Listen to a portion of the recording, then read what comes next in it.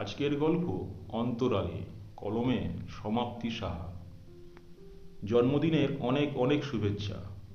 কেমন আছো? কে? আমি ঠিক আপনাকে চিনতে পারলাম না। আমি নন্দিনী। এবার চিনতে পারলে? আজ প্রায় 17 বছর পর নন্দিনী কথা বলল অনিকেতের সাথে। ফেসবুকের দৌলতে আজকাল পৃথিবীর যে কোনো প্রান্তে থাকা মানুষকে খুঁজে বের করা খুব সহজ। চেনা মানুষকে শুধু একটা ফ্রেন্ড রিকোয়েস্ট পাঠানোর অপেক্ষা। নন্দিনীও অনেক ভেবেচিন্তে ফ্রেন্ড রিকোয়েস্ট পাঠিয়েছিল অনিকেতকে। রিকোয়েস্ট অ্যাকসেপ্ট করলেও ফেসবুকে অনিকেতের তেমন কোনো আগ্রহ নেই। এরপর নন্দিনী একদিন মেসেজ করে, কেমন আছো? মনে আছে আমাকে? নিজের নাম্বার দিয়ে অনিকেত উত্তর দেয়, সবই মনে আছে। তারপর অনেক দ্বিধাদ্বন্দ্বের পর নন্দিনী আজ ফোনটা করেই ফেলে অনিকেতকে জন্মদিনের শুভেচ্ছা জানানোর জন্য। 17 বছর আগের ঘটনা। মা, তোমরা যা চাইছো তা হতে পারে না। আমার পড়া এখনো শেষ হয়নি। তাছাড়া অনিতা আমার থেকে প্রায় বছর দশেকের বড়, আর আমাদের দুজনেরই এই ব্যাপারে কোনো আগ্রহ নেই, বলে ওঠে নন্দিনী। ছেলে হিসেবে অনিকেত কি খারাপ? কলেজে পড়ায়, নিজেদের চেনা জানার মধ্যে সব দিক থেকে ভালো, এই বলে নন্দিনীকে বোঝায় তার মা। নন্দিনী জানে তার কথা তার বাবা মা শুনবে না। সে ছোট থেকেই এটা শুনতে শুনতে বড় হয়েছে যে সে তার বাবার বন্ধু রণজয় কাকুর একমাত্র ছেলে অনিকেতের ভাবী স্ত্রী। এই নিয়ে দুবাড়ির বিভিন্ন উৎসব অনুষ্ঠানেও হাসি ঠাট্টার পাত্রী হয় নন্দিনী। যদিও সে এবং অনিকেত এ ব্যাপারে একদমই উদাসীন। অনিকেতের চোখের সামনে সে বড় হলো এবং কোনোদিনই অনিকেতের কোনো ব্যবহারে তার মনে হয়নি যে অনিকেতের তার প্রতি কোনো দুর্বলতা আছে। মায়ের পীড়াপিড়িতে শেষে রাজি হয় নন্দিনী, কিন্তু শর্ত দেয় বিয়ের পর পড়াশোনা চালিয়ে যাওয়ার। নন্দিনী অনিকেতকে মেনে নেয় নিজের জীবনে, কিন্তু বিধাতা অন্য কিছু লিখে রেখেছিলেন নন্দিনীর জীবনে। যথাসময়ে আসানসোলের নন্দিনীদের বাড়ি থেকে বিয়ের প্রস্তাব দেওয়া হলো অনিকেতদের বাড়ি, কিন্তু তারা পিছিয়ে গেলেন ফোনে এই বলে যে অনিকেত এখন বিয়ে করতে চায় না, সে উচ্চশিক্ষার জন্য বিদেশ যেতে চায়। এই ঘটনায় নন্দিনী যে কতটা আঘাত পেল সে নিজেও তা জানে না, কিন্তু খুব অপমানিত হলো তার নারী সত্তা। আর তার মা খুব কষ্ট পেল। চোখ মুছতে মুছতে নন্দিনীর মাথায় হাত বুলিয়ে দিতে গিয়ে তিনি বললেন, কষ্ট পাস না মা, কিন্তু আমি যদি এখন বলি অনিদাকে ছাড়া আমি আর কাউকে বিয়ে করতে পারবো না, ওকে ছাড়া আমি বাঁচবো না, তুমি কি করবে মা?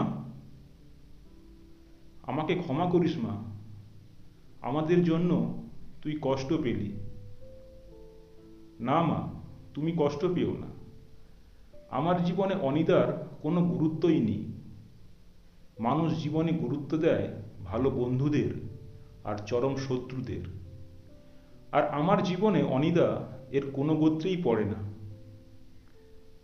নন্দিনীরা এরপর শুনেছিল যে অনেক পণসহ এক ধনী পরিবারের একমাত্র মেয়েকে রণজয় কাকু তার পুত্রবধূ করে এনেছে।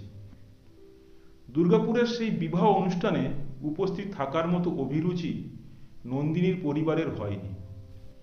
এরপর নন্দিনী পড়াশোনা করার জন্য আসানসোল থেকে কলকাতায় চলে যায়। এখন নন্দিনী কলকাতায় একটা হাই স্কুলে পড়ায়। ইতিমধ্যে তার জীবনে এসেছে পলাশ।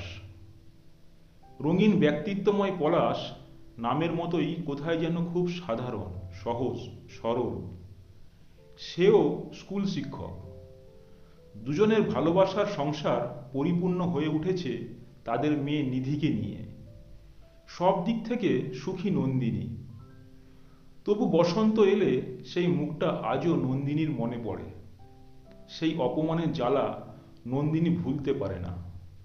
নিজেকেই নিজে প্রশ্ন করে সে কি সত্যি এক মুহূর্তের জন্য দুর্বলতা বোধ করেনি সেই মানুষটার জন্য। সে মুক্তি চায় এই কষ্ট থেকে, আর তার জন্য অনিকেতের সাথে সম্পর্কটা স্বাভাবিক করা দরকার। স্কুল থেকে বেরিয়ে নন্দিনী দেখে অনিকেত তার জন্য অপেক্ষা করছে। দুজনে হাঁটতে হাঁটতে একটা কফি শপে গিয়ে বসে। বিভিন্ন কথাবার্তার মাঝে নন্দিনী হঠাৎ জিজ্ঞাসা করে, আচ্ছা অনিদা, তোমার আমার বিয়েটা হলো না কেন? কেন, তুই জানিস না? না গো, পলাশ জানতে চেয়েছিল, আমি সঠিক কারণ বলতে পারিনি। আমি নিজেই ঠিক মতো জানি না, এখন খুব জানতে ইচ্ছে করে সত্যি ঠিক কি ঘটেছিল। বাবা শেষ মুহূর্তে তার এক কলিগের মেয়ের সাথে আমার বিয়ে ঠিক করে প্রচুর পণের আশায়। আর তুমি নিজেকে বিকিয়ে দিলে। মায়ের অসুস্থতার কারণে বাবার বিরুদ্ধে গিয়ে আমি অশান্তি বাড়াতে চাইনি। আর কি কারণেই বা আমি না করতাম? যাকে নিয়ে আমি স্বপ্নের ঘর বাঁধতে চেয়েছিলাম সে তো আমার দিকে কোনোদিনই মুখ তুলে চায়নি।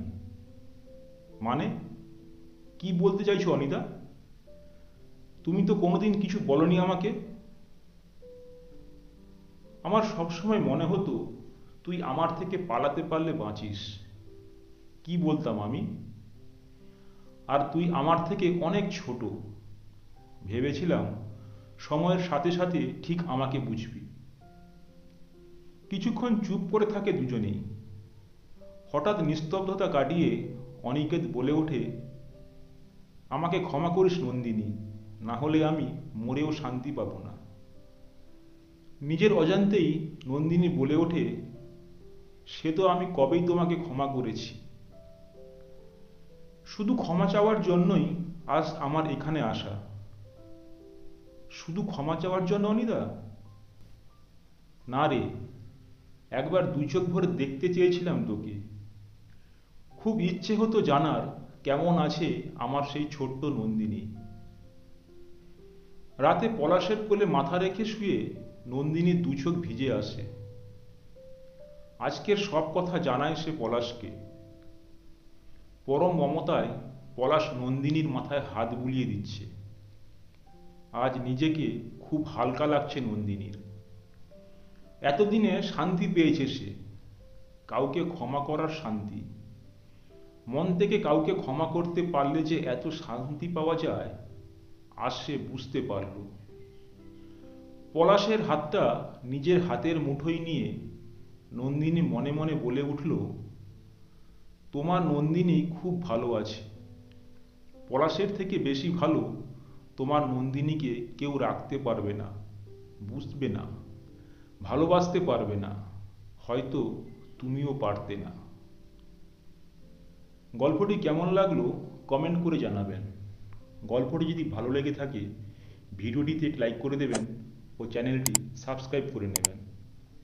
আপনাদের ভালোবাসা ও সহযোগিতার হাত বাড়িয়ে দিয়ে পাশে থাকবেন। সবাই ভালো থাকবেন, সুস্থ থাকবেন। নমস্কার।